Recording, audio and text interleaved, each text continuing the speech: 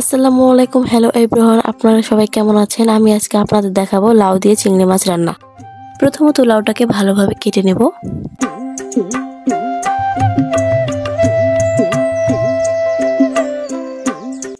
লাউটাকে কুচি কুচি করে কেটে নেওয়ার পরে নির্দিষ্ট পরিষ্কার পাত্রে রেখে দেব।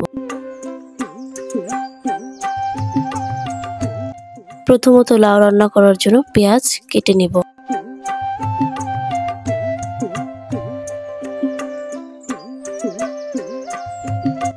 পেঁয়াজ কাটা শেষ হলে লাউগুলো ভালো করে পানি দিয়ে ধুয়ে নিব। লাউগুলো এমনভাবে ধুয়ে নিতে হবে যেন কোনো ময়লা না থাকে। লাউগুলো ধোয়া শেষ হলে চুলাতে কড়াই দিয়ে পেঁয়াজ ঢেলে দেব। পেঁয়াজ ঢেলে দেওয়ার পর কিছু পরিমাণ তেল দিয়ে দেব। তেল ঢালা শেষ হলে পেঁয়াজটাকে কিছুক্ষণ নাড়িয়ে নেব।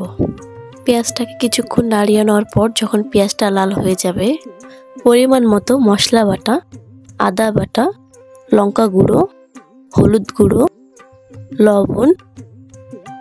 লবণ দেওয়ার পর কিছুক্ষণ নাড়াচাড়া করে নেব।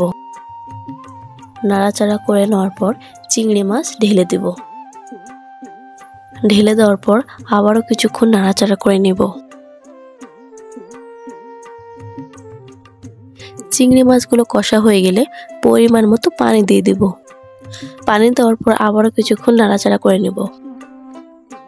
এবার লাউগুলো কড়াইয়ে ঢেলে দেব। লাউগুলো কড়াইয়ে ঢেলে দেওয়ার পরে কিছুক্ষণ মিক্স করে নেব। লাউগুলো মিক্স করা হয়ে গেলে ঢাকনা দিয়ে ঢেকে দেব। 5 মিনিট পর ঢাকনাটা উঠিয়ে নিব।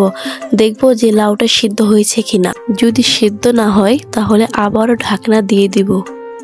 2 মিনিট পরে আবারও ঢাকনাটা উঠায় নিব। চিংড়ি মাছ আর লাউ রান্না হয়ে গেলে কড়াই থেকে নামিয়ে নেব। কড়াই থেকে নামিয়ে নেওয়ার পরে আপনাদের সুস্বাদু লাউ দিয়ে চিংড়ি মাছের রেসিপি রেডি। সবাই ভালো থাকবেন, সুস্থ থাকবেন।